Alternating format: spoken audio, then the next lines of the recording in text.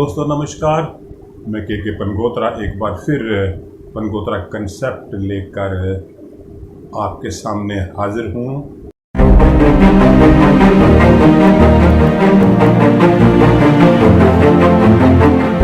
कई बार मेरे जो पाठक हैं, दर्शक हैं, उनसे जब सोशल मीडिया पे हम आपस में विचारों का आदान प्रदान करते हैं तो उसके दौरान काफ़ी कंसेप्ट जो है वो मेरे पास आ जाते हैं। तो पिछले दिनों संतोष शर्मा फिर बात कर रहे थे डेमोक्रेटिक वैल्यूज़ की। अगर बात करें तो काफ़ी ज़्यादा लोग जो है वो डेमोक्रेटिक वैल्यूज़ की बात करते हैं।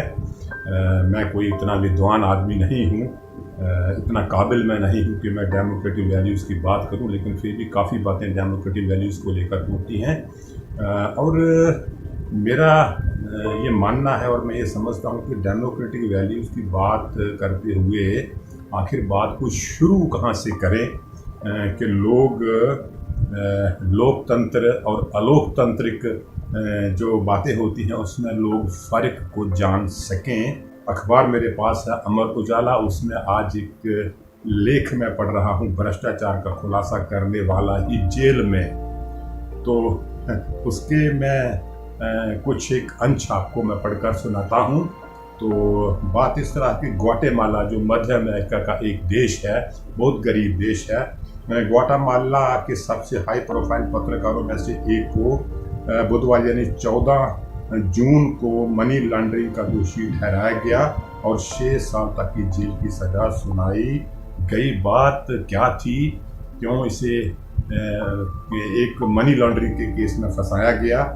तो उसके आगे के कुछ अंश इस तरह हैं। ग्वाटेमाला में प्रेस की स्वतंत्रता और नागरिक अधिकारों की रक्षा करने वाले कार्यकर्ताओं ने कहा कि ये फैसला देश के लड़खड़ाते लोकतांत्रिक सेहत के लिए एक और झटका है। तो इसका मायने ये हुआ कि अगर इस तरह के मामले किसी भी देश में बढ़ जाएं, यहाँ लोकतंत्र की रक्षा करने वाले लोगों को जेलों के अंदर ठूंसा जाए, तो ये लोकतंत्र लड़खड़ाते लोकतंत्र के संकेत हैं।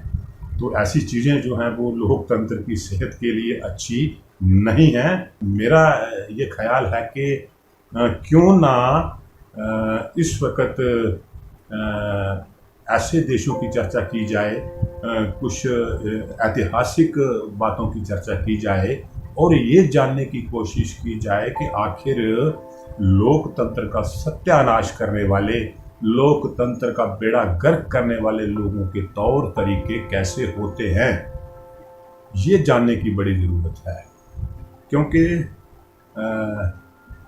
लोगों को अक्सर बेकार की बातों में, धार्मिक नफरत की बातों में, जात पात के बातों में, तो इस तरह लोगों का ध्यान जो है वो कई तौर तरीकों से लोगों का ध्यान जो है वो भटकाया जाता है। ऐसे तौर तरीके इस्तेमाल किए जाते हैं। तो मेरा ये मानना है कि क्यों ना लोकतंत्र को समझने के लिए ऐसे लोगों, ऐसे यानी कि दुनिया के ऐसे जो तानाशाह हैं, अभी भी हैं और इतिहास में भी जो हो चुके हैं, उनके तौर तरीकों का हम जिक्र करें, उनके तौर तरीकों को हम समझने की कोशिश करें कि तानाशाह किस्म के लोग और ऐसे लोग, ऐसे शासक जो लोकतंत्र का गला घोंटते हैं और लोकतंत्र को कमज़ोर करते हैं, लोकतांत्रिक व्यवस्था जो है उसके लिए जो लोग संघर्षरत रहते हैं, उनको टॉर्चर करने वाले लोग, उनको झूठे मामलों में फंसाने वाले जो ऐसे जो लोग हैं, इतिहास में कैसे कैसे लोग हुए हैं। तो अगर इतिहास की हम बात करें तो एडोल्फ हिटलर, जर्मन के जो शासक थे, एडोल्फ हिटलर, उनका जिक्र प्रमुखता से आता है। और लोकतांत्रिक जो व्यवस्था है उसको खराब करने वाले, तबाह करने वाले ऐसे तानाशाहों की ज़िंदगी के बारे में जानना, उनके तौर तरीकों के बारे में जानना इस वक्त बहुत ज़रूरी है, ताकि आवाम जो है ये समझ सके कि ऐसे लोगों के तौर तरीके क्या होते हैं। तो मेरा ये ख्याल बन रहा है कि आने वाले समय में अपने पनगोत्रा कंसेप्ट जो हमारा चैनल है उसके ज़रिए ऐसे लोगों की जो ज़िंदगी है, ऐसे लोगों की जो सियासत है उसका अध्ययन किया जाए, उस पर बात किया जाए और एक सीरीज़ चलाई जाए एपिसोड वाइज। समझने की कोशिश करेंगे हम नाजीवाद को, उसके तौर तरीक़ों को, तो क्या क्या जर्मनी में उस दौरान होता था। तो इससे मैं समझता हूँ कि लोगों को, मित्रों को इस बारे में ज्ञान प्राप्त होगा कि लोकतंत्र का जो गला दबाने वाले लोग हैं, लोकतंत्र को कमज़ोर करने वाले जो लोग हैं, उनके तौर तरीके क्या होते हैं। तो आपसे ये गुजारिश है कि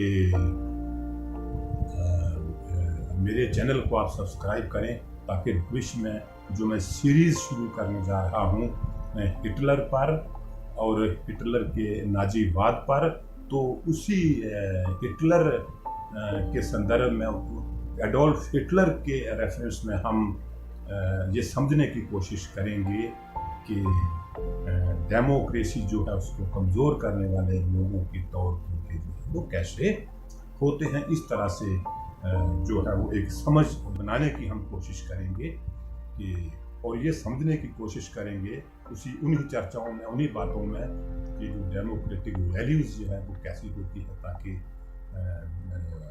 जो हमारे मित्र लोग जो ऐसा संकेत मुझे देते हैं कि डेमोक्रेटिक वैल्यूज़ की आप बात किया करें।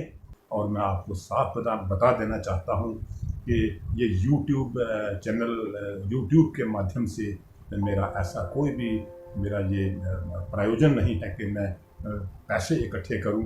बस ये है कि मैं एक शिक्षित था, एक पत्रकार था, और अब तो मैं रिटायर लाइफ व्यतीत कर रहा हूं। तो आपके साथ मेरा रिश्ता जो है वो, नाता जो है, बातचीत का, विचारों का आदान प्रदान है, वो जो बना रहे। तो आज के लिए इतना ही, इस रिक्वेस्ट के साथ कि मेरा चैनल आप सब्सक्राइब करें और मेरे साथ बाकायदा कमेंट करके रिएक्ट किया करें, तभी आपसे बात करने का कुछ लाभ आपको मिल सकता है और कुछ लाभ मुझे मिल सकता है। ये गिव एंड टेक है समाज में। इंसान कुछ सीखता है, कुछ सिखाता है, इधर उधर से इंसान सीखता है। अगली बार पहला जो हम एपिसोड शुरू करेंगे तो हम, मेरा ख्याल है कि हिटलर वर्सेस डेमोक्रेसी, हिटलर बनाम लोकतंत्र। तो ये शीर्षक मैं रखने की सोच रहा हूँ। अगर आपके दिमाग में कोई और अच्छा शीर्षक है कि हिटलर के संदर्भ में, हिटलर की नीतियों को देखते हुए हम लोकतंत्र को समझने की कोशिश करेंगे, अगर आपके दिमाग में कोई अच्छा शीर्षक है तो आप मुझे सुझा सकते हैं, बता सकते हैं। तो नमस्कार दोस्तों, आज के लिए इतना ही। इजाज़त दीजिए के मल्होत्रा को। नमस्कार।